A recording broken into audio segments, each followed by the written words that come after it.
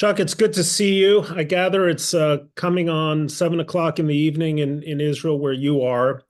We'll let our room populate for a few seconds here, um, and and allow our audience to settle in and get started momentarily.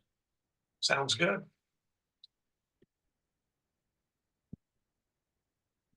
I really appreciate your doing this essay.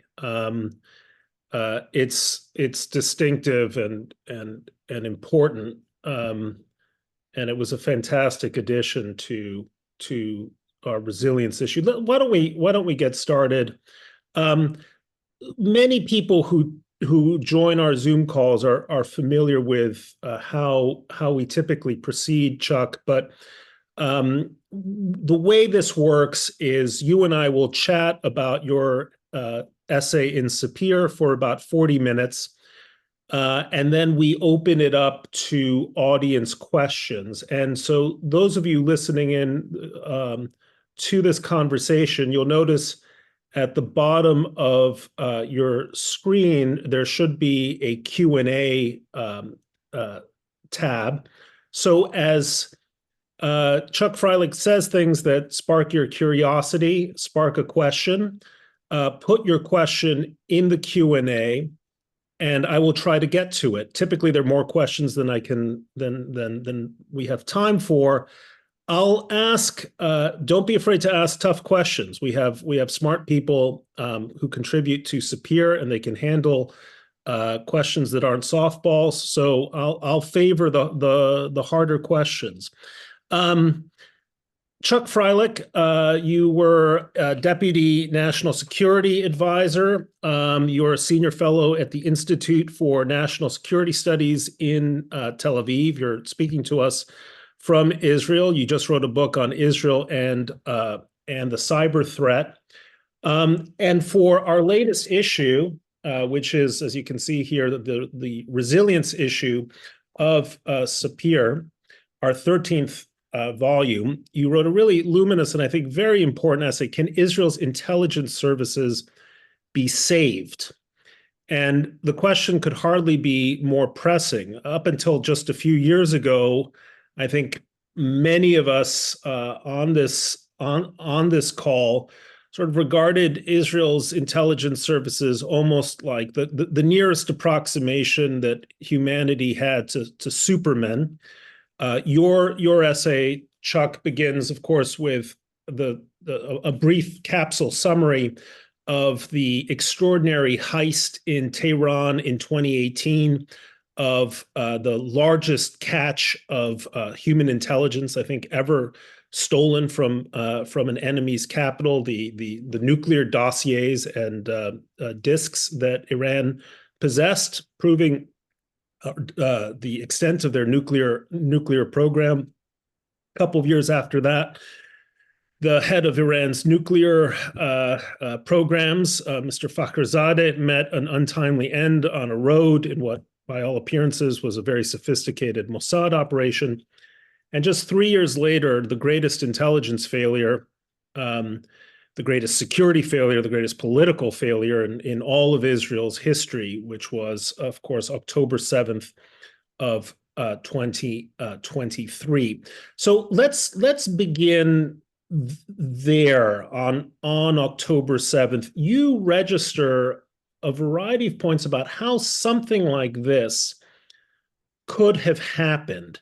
And it's not simply one thing, as you point out, Chuck. I mean, a lot of people right after October 7th said, once again, Israel had a concepcia and the concepcia failed, but it was many factors. So walk us through what those factors were.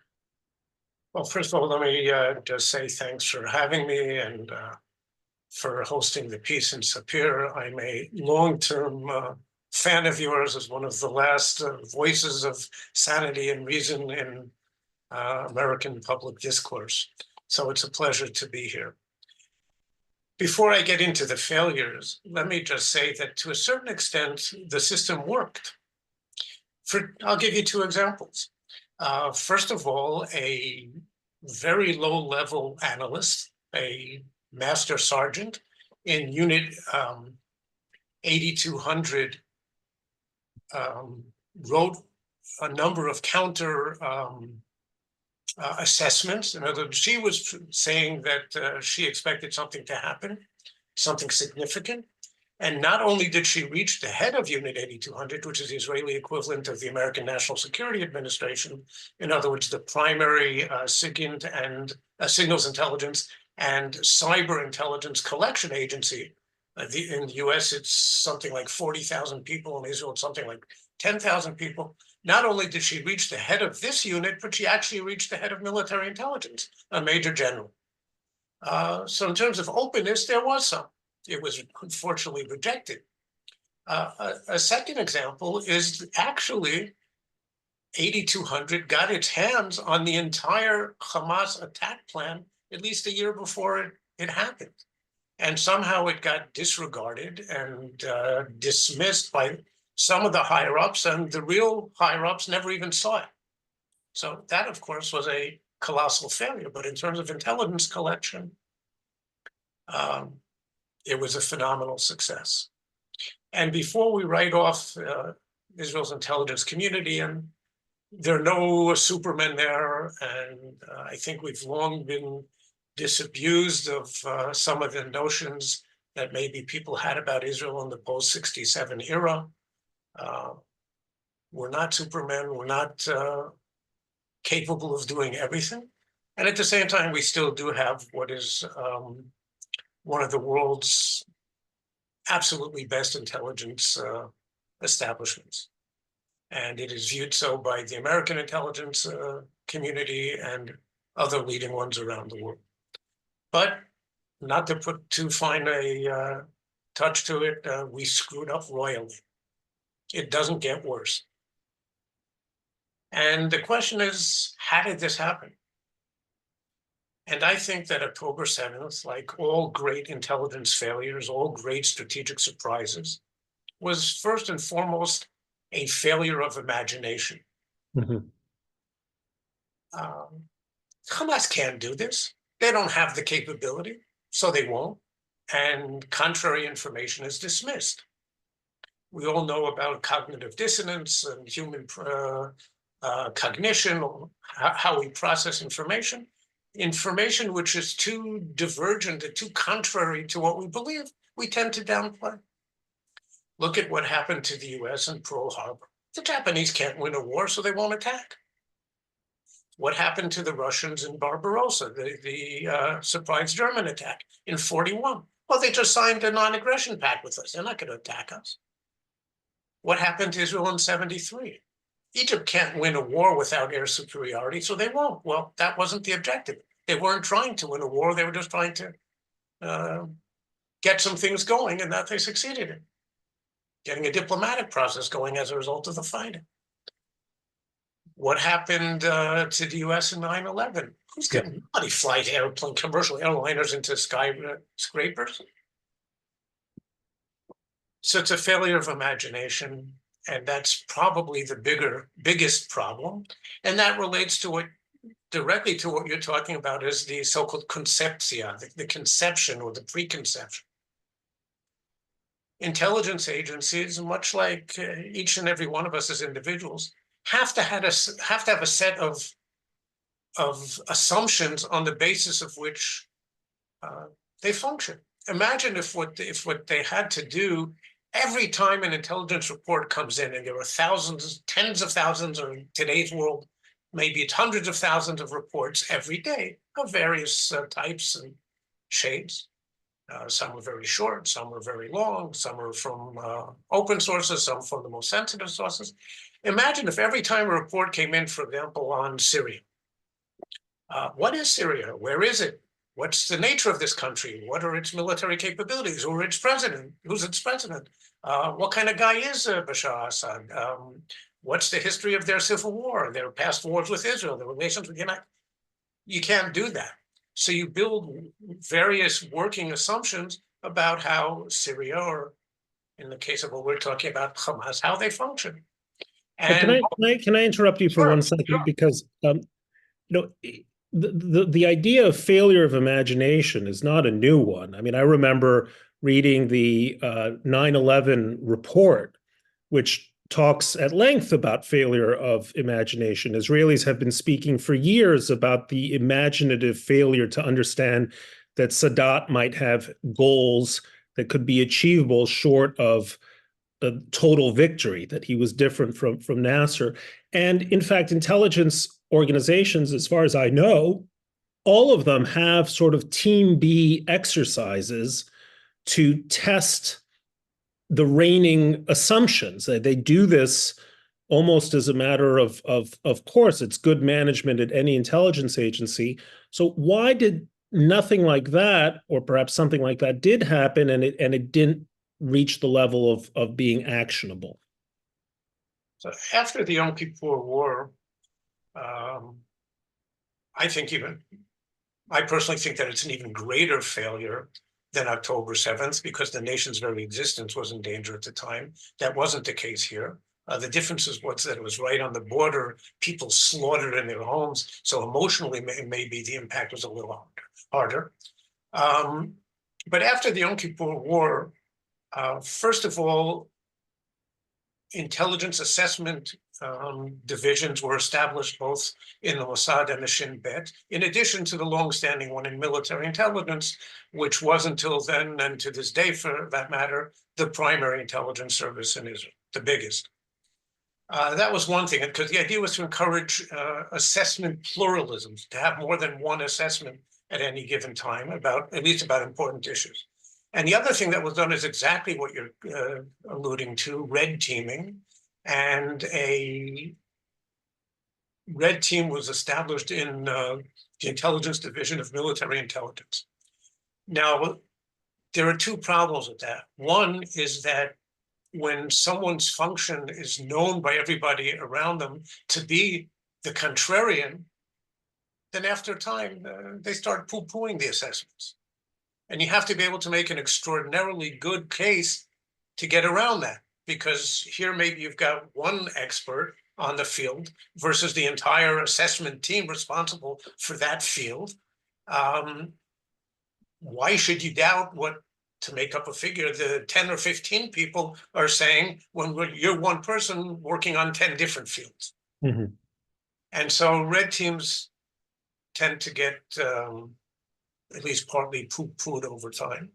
And the other reason is that in Israel's case, so-called personnel slots are so coveted, they're so costly, that the higher-ups in Intel always have a incentive to steal some of them from the red team and move them back to the regular assessment division.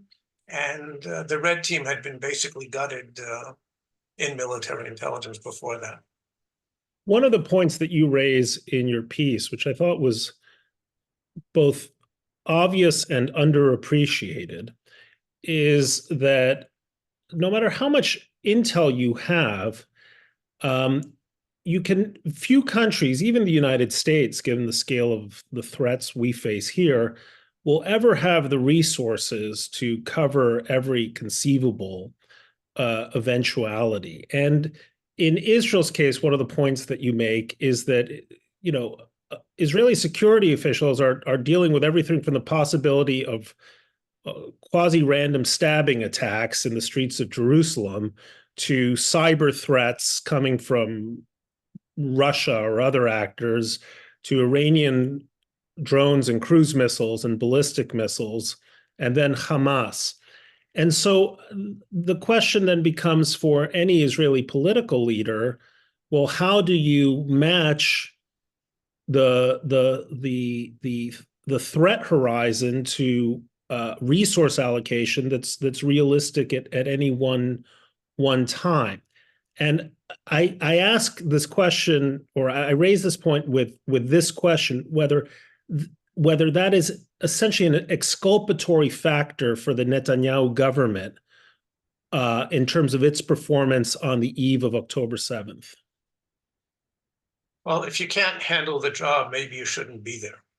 And Netanyahu is no different from any of his predecessors. and you get judged on the basis of your successes and your failures. There is an extraordinary problem here. Israel is a tiny country, but being prime minister of Israel may be the toughest job on earth. The pressure of critical, in some cases, absolutely historic decisions, the kind that most countries face once a decade or probably more like once a generation, in Israel are almost daily. They're very frequent.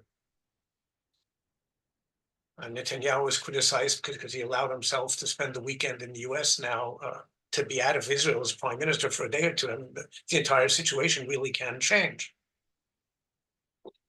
The entire defense establishment, the intelligence establishment, are grossly overextended. Too few people forced to deal with too many issues. And by the way, Israel's defense establishment is not small, even in per capita terms, but the overall press of the issues is phenomenal. I think one of the problems that Israel faces is simply that the defense establishment faces is simply exhaustion. And people, I remember this from my own experience, by the time you begin to understand one issue and one crisis, 10 more have developed. In most countries, people have some time to learn what's happening. And I remember also speaking once, I won't get into specifics here, but to an Israeli intelligence official who was responsible for an important threat. And she was one person on this entire array of issues. And she told me that she faced, let's say, a half a dozen or 8 issues. And she said in the CIA, there's a person or two for each of them, even though for the US, it's a minor issue. So, yeah, you have to give people a little bit of credit for that. But again, if you can't take the heat. So I'd like to talk about Netanyahu in a little bit, but I want to stick to the question of Israeli resources and whether the intelligence problems that it faces could be alleviated if either you were to devote more resources to it or reorganize the bureaucracies. At least in the United States, my perception is that throwing money at problems does not necessarily improve the quality of intelligence analysis or assessment. And some of the large bureaucratic changes that took place in the wake of 9/11 simply added layers of bureaucracy that tended to cloud the intelligence picture rather than clarify it. So would similar sorts of moves actually help Israelis do a better job at not having moments like that staff sergeant reporting this threat perception and it going nowhere? Or is this a resource issue, or is it something else, I guess? No, I think it's absolutely not a resource issue. If there's any body or group of bodies in Israel that are very well financed, very well resourced from every point of view, not just the money, but the personnel, they get first choice. Okay. Unit 8200, that type of unit, and the pilots, Air Force pilots, are the number 1 picks today when new recruits join the IDF. Okay, they get first choice of the best people we have. Again, I think we've got, despite everything we're talking about, I think we have a remarkable intelligence community. Really smart people do some really dumb things sometimes, or display severe human frailties. So that this woman reached the chief of military intelligence. He happened to be a storied general, but personality-wise, probably should never have been appointed chief of military intelligence because he's a guy who knows everything. And that's great for a battlefield commander because you need a lot of self-confidence. Well, even then, but you need a lot of self-confidence to lead people in battle. You got to be a much more skeptical person, a questioning person when you're the head of intelligence, and you have to be open to lots and lots of different viewpoints. And even if you don't agree, well, what can I take from that? And maybe, all right, so 10% of it was right. And this is a guy who makes quick decisions. He knows what's happening. So I don't think this was resources. I think this is a matter of the concepts. We didn't get into that. There were certain, but going back to what I was saying before about you need certain operating assumptions just to be able to function on a day-to-day level. They were wrong. They got in the way. They blinded us. Instead of being what you use to facilitate the analytical process and to improve the analytical process, they blinded us to what was happening. That's something that I don't think there is any organizational fix for. That's the history of intelligence failures that we were talking about all over the world. I don't think there is a solution to intelligence failures. Now, we can talk about a couple of the possibilities. I don't think what we need is another layer of bureaucracy. I do think we need a couple of still organizational changes, but it doesn't require another level of bureaucracy. Now, there are some people, some smart people who disagree with me on that. They want an American type DNI, Director of National Intelligence. There are always going to be failures. So the question comes down to when it comes to October 7th, I guess there are two views. The prime minister would like to say this was a big intelligence failure. He was never alerted. No member of his senior staff, he claims, and perhaps it's true, came to him and said Hamas is planning a big operation. He's very keen to blame others. Many Israelis and some of us abroad would say, no, this was fundamentally a political failure. And it was a political failure owing to the prime minister's wishful thinking about what Hamas, the threat that Hamas represented in the overall scale of problems for Israel. What is your view on that subject? Was this ultimately a political failure and ultimately his failure?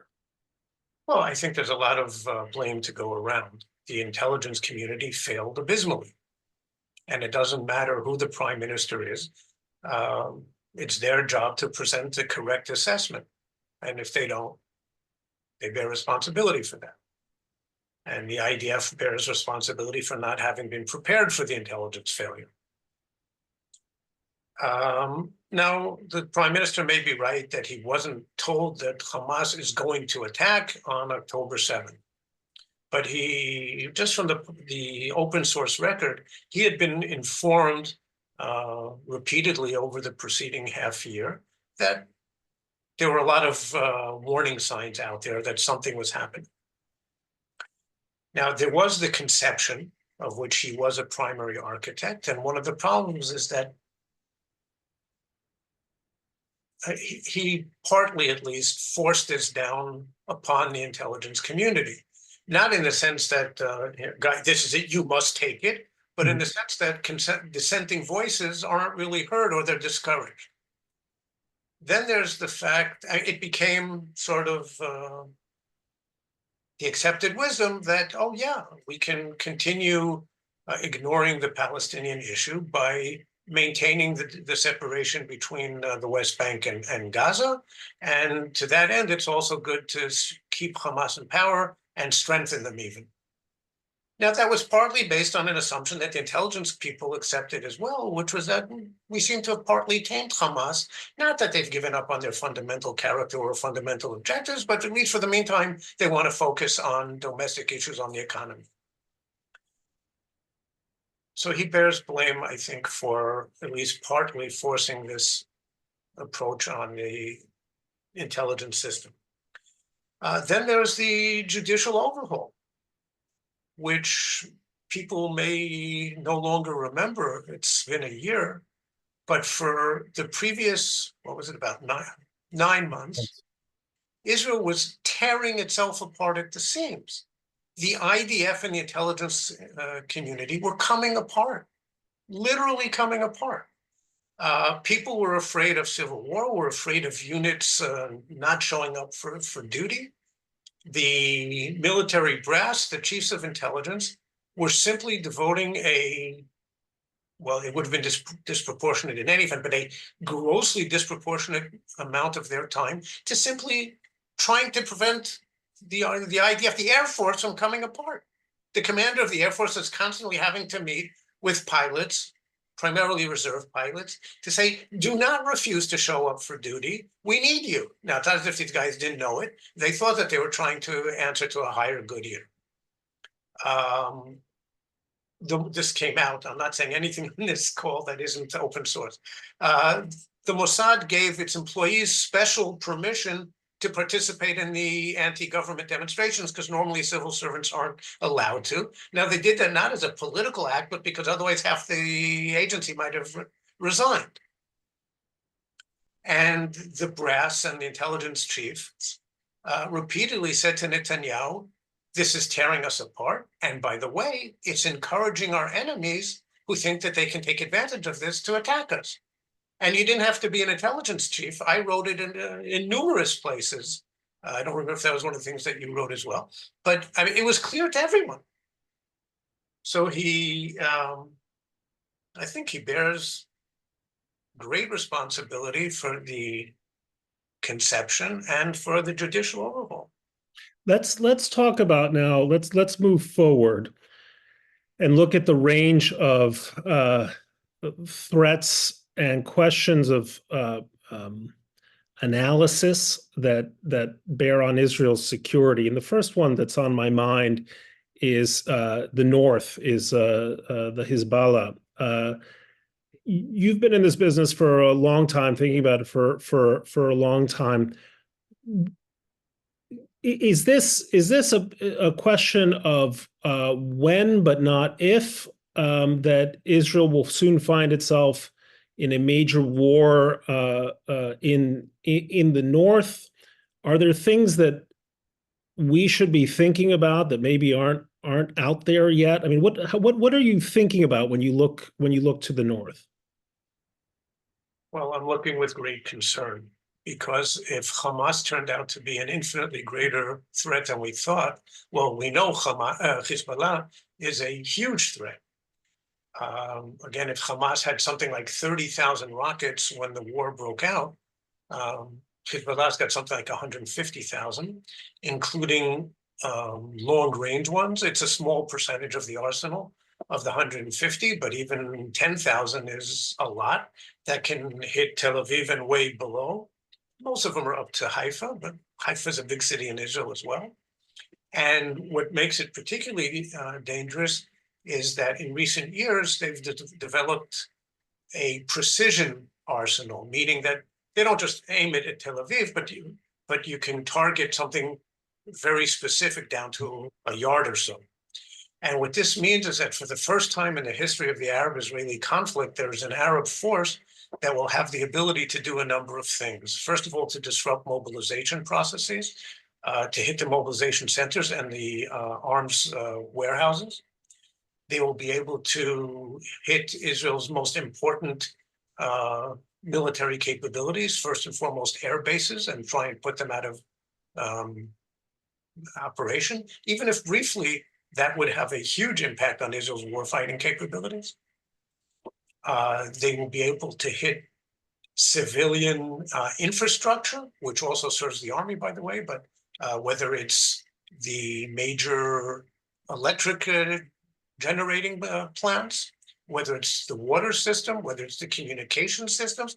Imagine trying to run a modern country and the IDF when there are no computers available, when there are no cell phones available. If just, let's say, to take a mundane example, if they just knock out the traffic light system because electricity's out, all of Israel becomes one traffic snarl in a matter of minutes. Guys can't reach the front. The war can be over.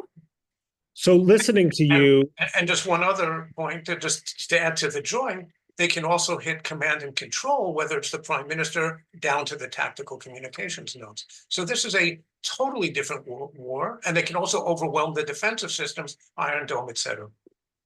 so is this a war Israel could lose? I don't think we'll lose, but I don't think there will be any, or I'm confident we won't lose, but I don't think there will be any victors.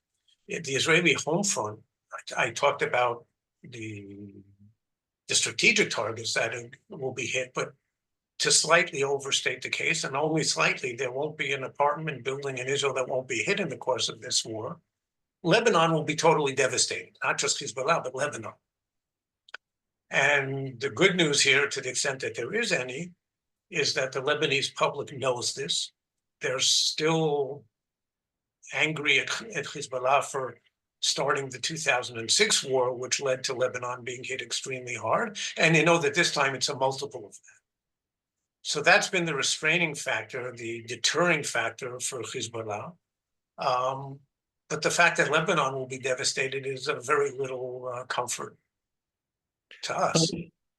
At least since 2006, Israeli military and intelligence planners have been thinking about what this war will be like. I think and are you confident that the sophistication of the thinking is adequate to the scale of the threat? Is this something that Israelis have a better grasp on, Israeli intelligence and military planners, than they did when it came to October 7th, which was deadly in part because it was so very crude? Well, I think one of the dangers here is maybe we're overestimating the threat and conducting some self-deterrence in this case. I at least don't think that we're underestimating it. I think everyone is aware, everyone certainly in the defense and intelligence system are aware of the magnitude of the threat. And as you're saying, everybody's been thinking about it since 2006. Is there a solution? No. Think of it this way. Let's say we launch an all-out operation. Since they've got the long-range rockets, if you really want to do something effective, you have to push them all the way to the northern border of Lebanon with Syria. It's not like the not so good old days when if you push them back to the Litani River, you solve the problem. Today, you would solve a large part of it, but not all of it. I think you asked, is it an if or when? I tend to think that it's a when. And despite being the guy who's normally known to advocate the moderate solutions and the diplomatic solutions, which I'm in favor of trying now, I think the only question is the when we have to do it. And is sooner better than later? Is the metaphor here, or the analogy, cancer? The sooner you operate, the likelier the chance of survival? Or does Israel need to recover its strength in order to have an effective operation? So I'll answer you on a couple of levels, and including a personal story or an anecdote.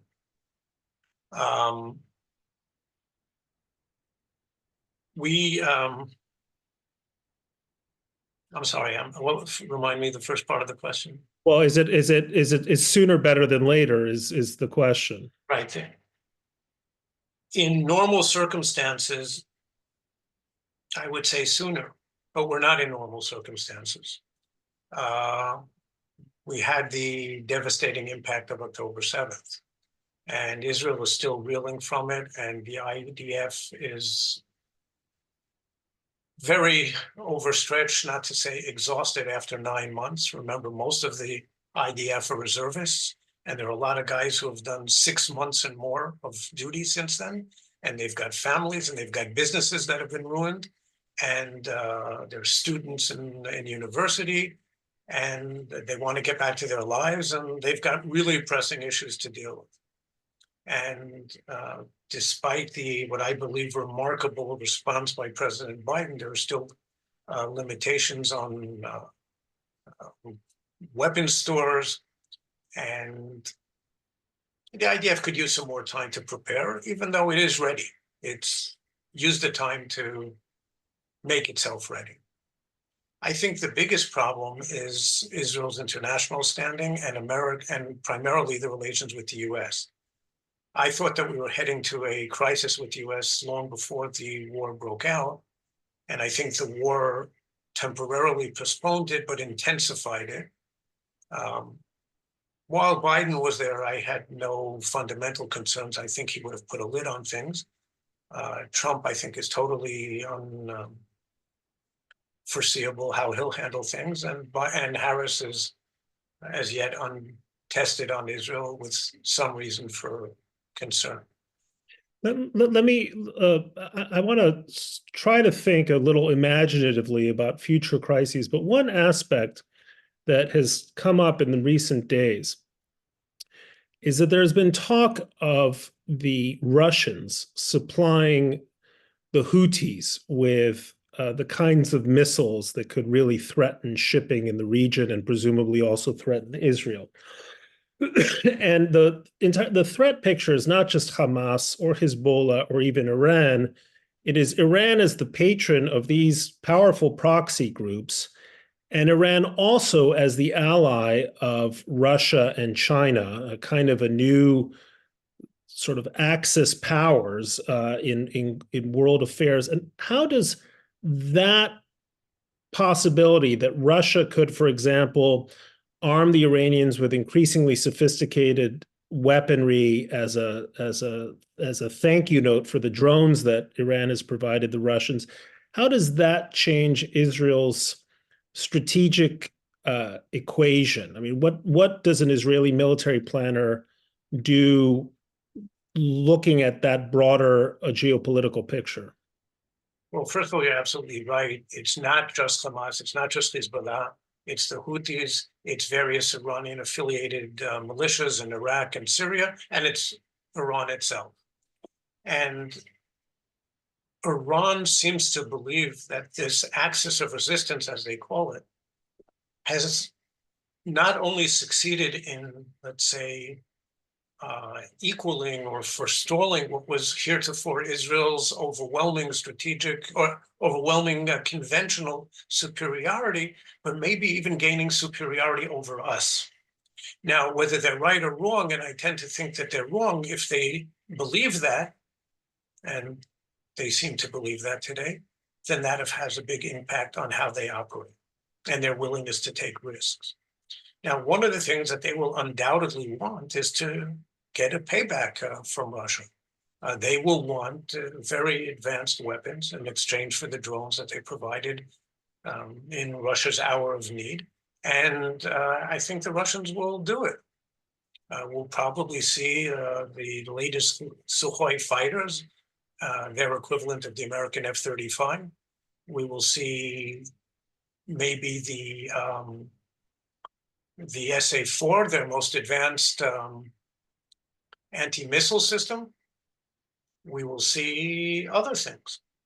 And they may have already supplied things that we don't know about. And another area where Russia can cause us a great deal of trouble is in the nuclear issue, if and when talks ever get going again. And I think there's only a diplomatic resolution here. A military option can buy time, but it won't solve the issue. The Russians can play a very negative role there. In the past, they played a semi-decent one. And what the direct impact that this has already had on Israeli policy, people criticize Israel for not fully joining the US in support of Ukraine when the war broke out. And I don't think they realized the really, really deep set of concerns that Israel has when it comes to the Russian role in the region. It's everything I was just saying now. But if they deploy it's not SA-4, the SA.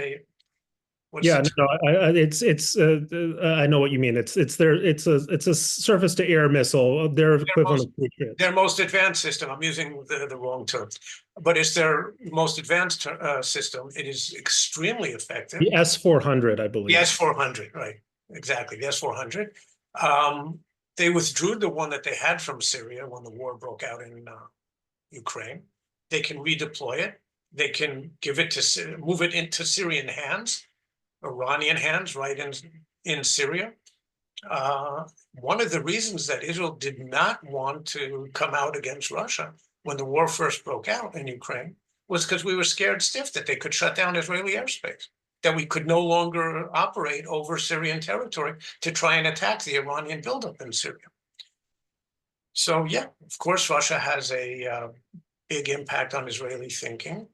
And China has yet to become a significant military player in the region, but it could. And they also have a very close relation with the Iranians.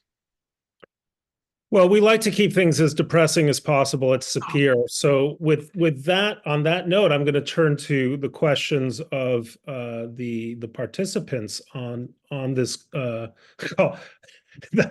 The last question I see is, do you sleep at night? That's maybe we'll hold off on that.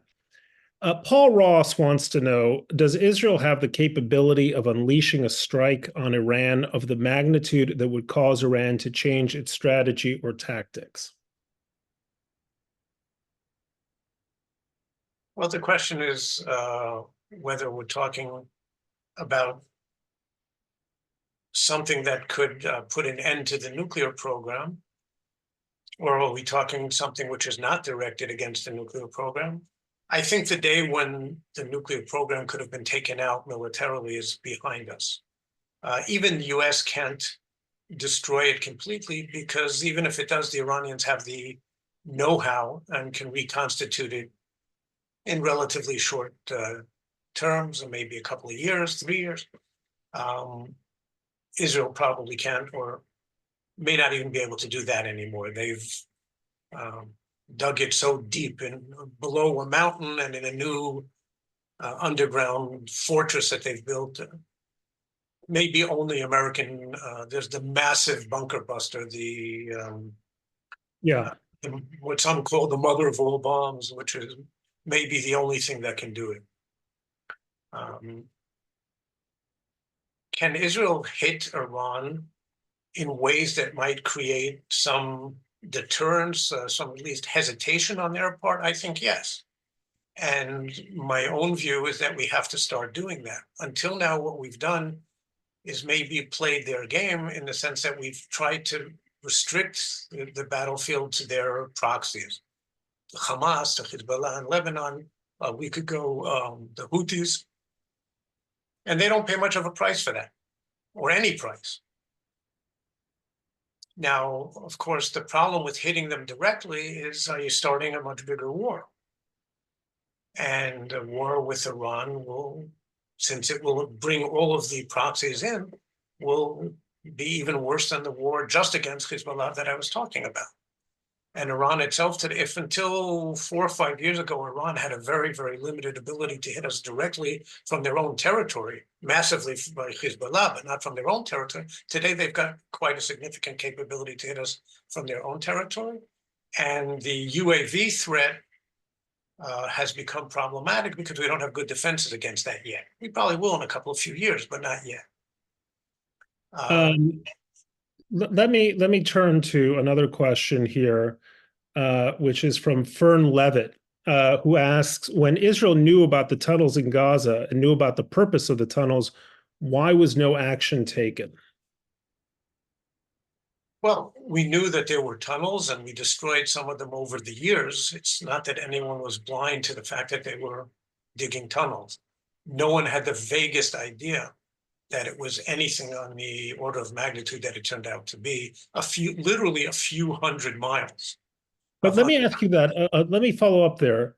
How is that possible? I mean, how is it that Israel, that has, so much human intelligence as well, how could they have failed to know that it wasn't just, a dozen or 2 dozen or 3 dozen tunnels aimed at small commando operations under the border, but this entire fortress in Gaza? I mean, one had heard that these tunnels existed, but how does an intelligence agency like Israel, capable of stealing all of Iran's nuclear secrets overnight, How do they fail to see what's on their practically their front door?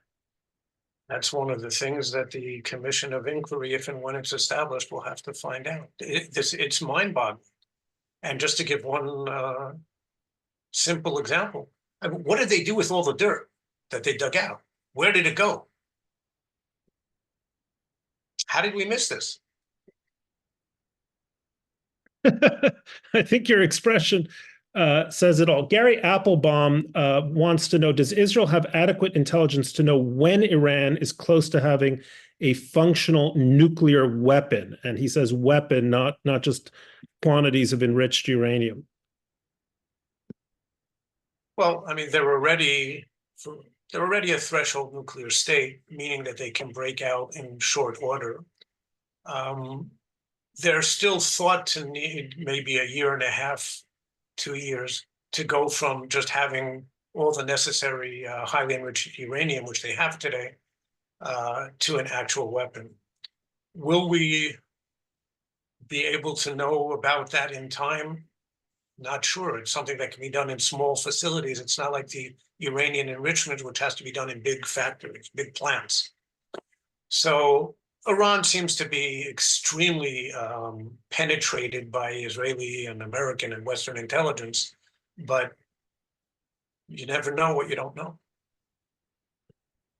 Phil Siegel asks a question. He points to the failure of public health to prepare for COVID, of airlines to prepare for the CrowdStrike fiasco here in the United States, wildfires, Europe not prepared for the invasion of Ukraine, and notes that it's a crisis of management preparedness in preparedness systems in democracy. So is the real problem here, in effect, the nature of democratic governance and the way in which democratic leaders will always prioritize popular measures over necessary ones, or obvious threats against sort of black swan type events? Well, I think that is in the nature of the beast. People don't like to deal with threats before they have no choice.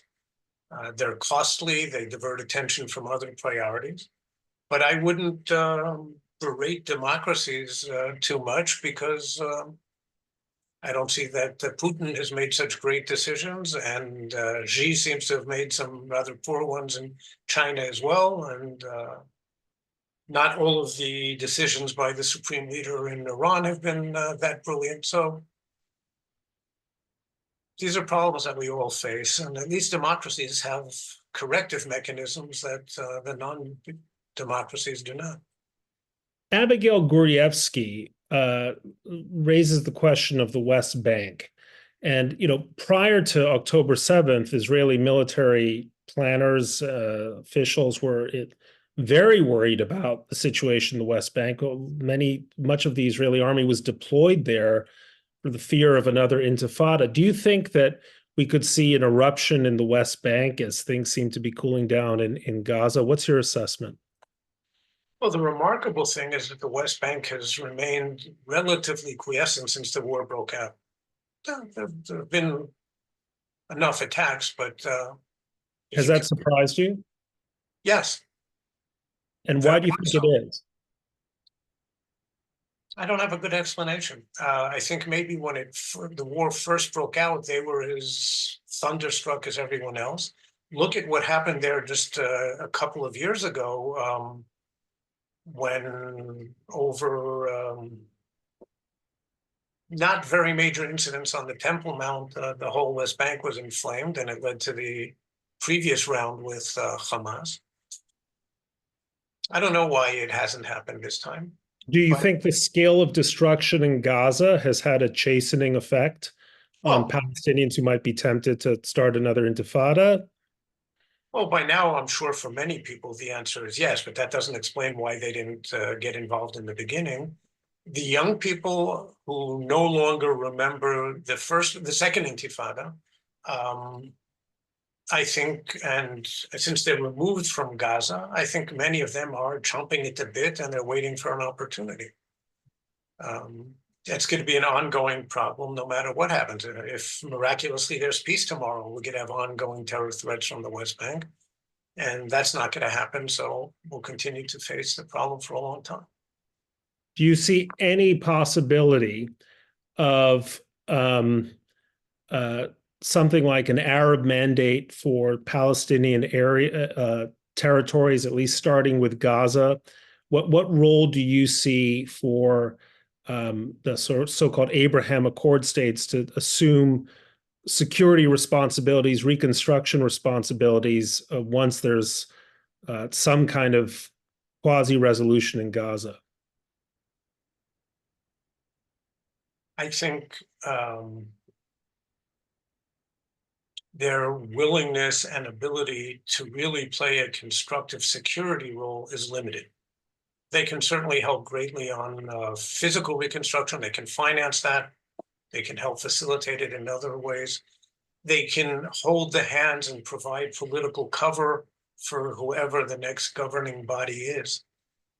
But the real problem is if Israel's to get out of Gaza, and God forbid that we don't at some point in the not distant future, who takes over? Who's in charge? Now, there are, to my way of thinking, only a very small number of possibilities that are realistic. One is that Hamas takes over again, and what did we go to war for? Another is that we get stuck there for the long term. We're already in charge of 3 million Palestinians in the West Bank. Do we really want to be in control again of another 2 million in Gaza? I don't think so. Palestinian Authority is the likely candidate, but they don't really have the capabilities. So some sort of reformed Palestinian Authority. Who's going to come in and provide the security if it isn't Israel? Okay, the entire IDF is I am overstating the case. A very large percentage of the IDF was deployed there at the height of the war, and there are still significant forces. What country in the world, in the international arena or in the Mideast, is going to send forces into harm's way? International peacekeeping forces are effective when the sides want peace and they just need somebody to help police it. Here, that's not the case. So I don't think, despite the recent reports about the UAE being willing to do something, maybe they'll send a few soldiers. Where's the fighting unit here? I don't see it. And so, since I hope we won't have to be there for the very long term, I think there's no alternative but to rebuild the PA, to work with them. Well, this brings me to Irma Freilich's question, which is when Abbas dies, the PLO is vulnerable to Hamas leadership. They're provoking Israel now with small attacks. This is going to be another surprise to Israel if they don't act proactively in Judea and Samaria now and be prepared for that change of regime. Abbas, I believe, is 86 or 87 years old. Surely there's going to be some change fairly soon. What do you foresee there? First of all, the answer is nobody knows. And there are various estimates of who might try to take over. And one possibility is that there's a bloodbath among the competing leaders. Another very likely possibility is that Hamas takes over. Another possibility is complete chaos. It would be nice to think that there will be an orderly process of succession. I don't think there's a lot of reason for optimism on that. And so the West Bank may in the coming years really become a very hot front, and not the relatively quiet one, not so quiet, but relatively so, of recent years. One of the possibilities, by the way, if there is a real hostage exchange, then the Hamas will demand the release of Marwan Barghouti, who has been convicted of the killing of 6 Israelis in a life sentence. Some people compare him, I think, unjustly to Mandela. He's not the Palestinian Mandela, but he does have great popularity in the Palestinian community. Maybe he gets released and he becomes the leader. And is that better than the plausible alternatives or worse in your view? It's hard to say. I mean, the pre-jail Barghouti is someone we might have been able to work with despite his bad traits. He's now been in jail for, over 20 years. Yeah, I don't know where he really stands today. But pretty much anything is better than Hamas. Let me ask you, so Martin Crozel of Toronto asks, there's an elephant in the chat room. October 7th was a black swan, which is very hard to predict. That, to my mind, leaves reason to give Israeli intelligence the benefit of the doubt. On the other hand, Israel has not been militarily hit from 3 of the territories: Gaza, southern Lebanon, and the West Bank. Isn't it time that that the people who still have who still favor the peace option be held accountable for their folly? Do you have an answer for Martin? I do. And that is that I think that both the left and the right in Israel have been proven very wrong in their assumptions. The left was by far overly enamored of the peace process, and the right has no answer to the demographic issue. And so I think we all have to rethink our views, whatever they were, and try and come up with some new solutions that ensure Israel's future as a secure Jewish and democratic state.